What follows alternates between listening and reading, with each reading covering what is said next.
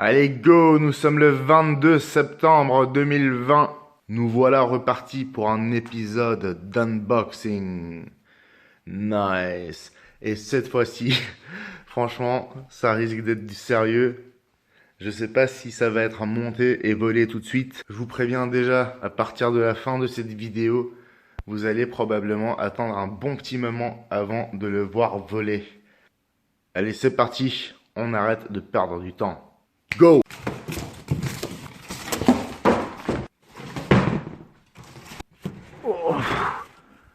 Oh my dog!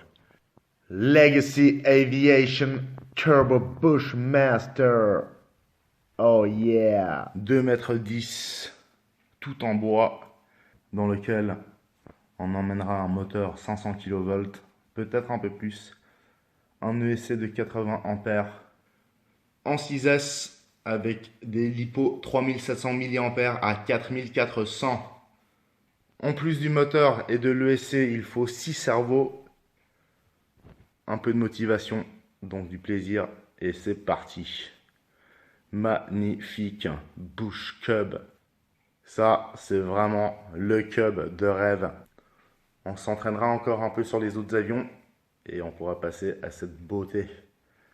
Ça, c'est vraiment, je sais pas quoi vous dire, le summum du Bush Cub.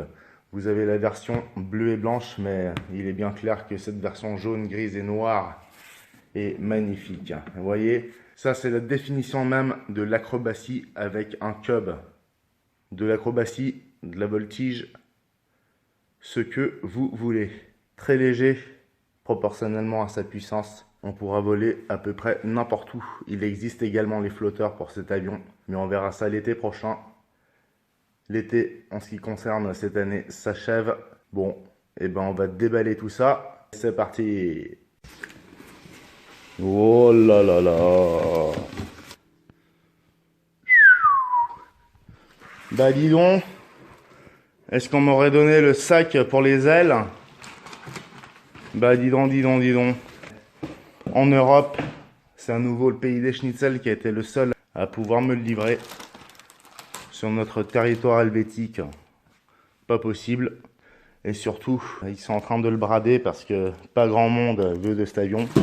Même s'il fait seulement 2,10 m. La grande version fait 3 mètres. Il y a donc deux versions, hein, 2,10 m ou 3 mètres.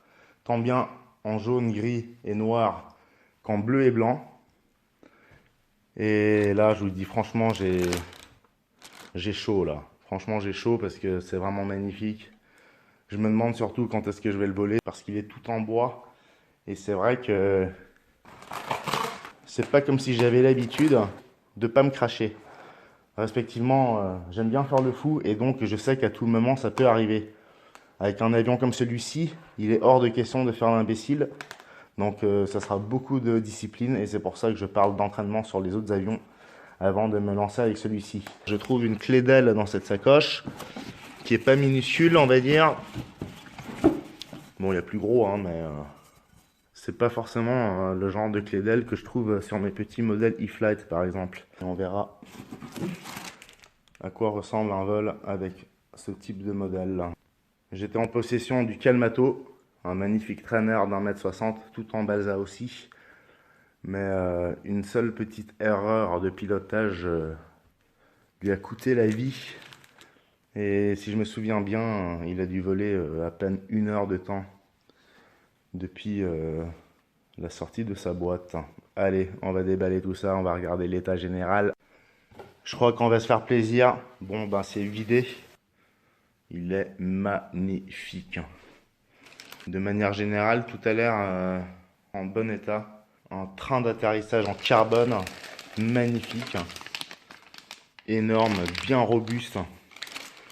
Les roues qui vont avec, hein, pas très larges, mais bien robustes et grandes.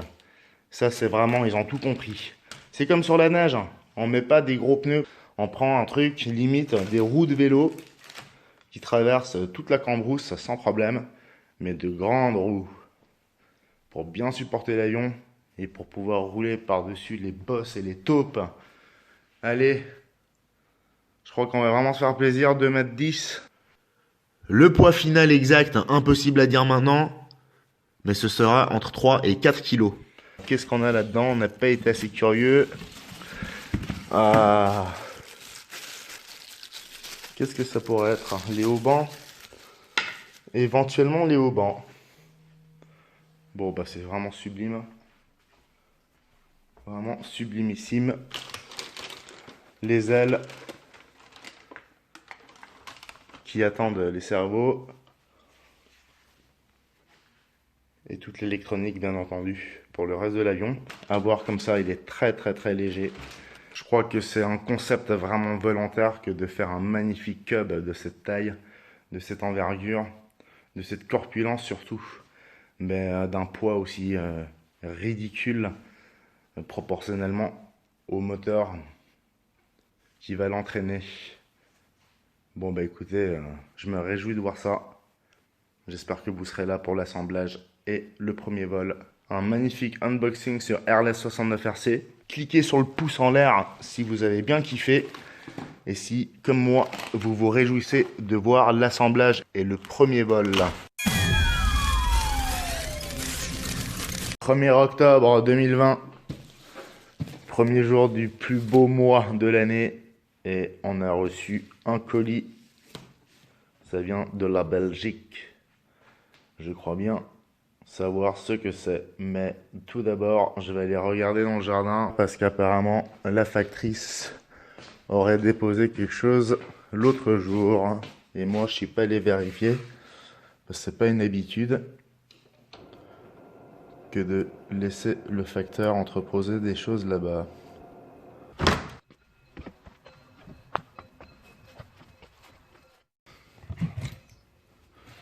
Ah, mais qu'est-ce qu'elle est bête! C'est pour ma mère, la pauvre. Elle doit l'attendre. Bon bah nickel, c'est la première fois que je commande chez Aerobertix en Belgique. Alors je les remercie une fois.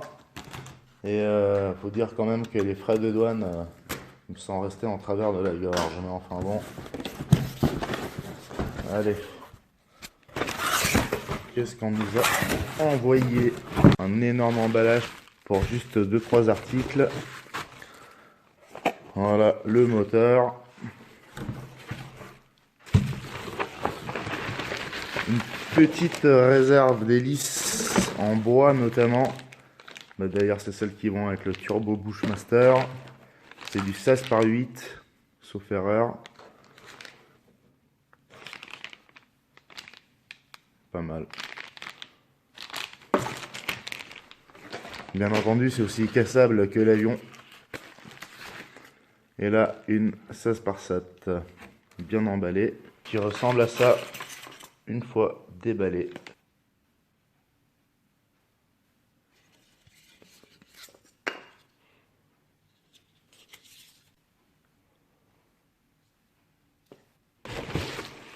Et donc, le Hobbywing Platinum, j'en ai déjà 2 ou 3, ils vont vachement bien. Et c'est celui qui est donc conseillé avec ce moteur pour le Turbo Bushmaster de Legacy Aviation Extreme Flight. On va regarder à quoi ça ressemble. Mais c'est beau! Extreme Flight Torque Revolution. C'est un 46 de diamètre, 500 kV. Je pense que ça va bien le faire. En tout cas, il pèse à son poids.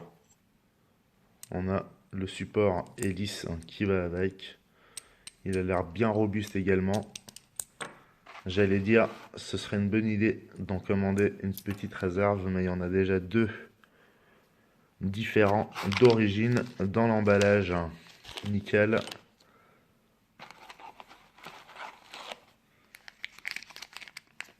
Avec les petits connecteurs à souder. Nice. Ça me permet de monter ce fameux Turbo Bushmaster. Voici le support moteur. Jolie petite croix. Elle n'est pas si énorme finalement et c'est pas du matos trop lourd qu'on va mettre sur cet avion. Allez, c'est parti. On va aller monter tout ça. Airless 69 RC. Restez accrochés. Et n'oubliez pas d'aller faire un petit tour chez aerobertix.be. Je vous donne rendez-vous dans la vidéo du montage du Turbo Bushmaster.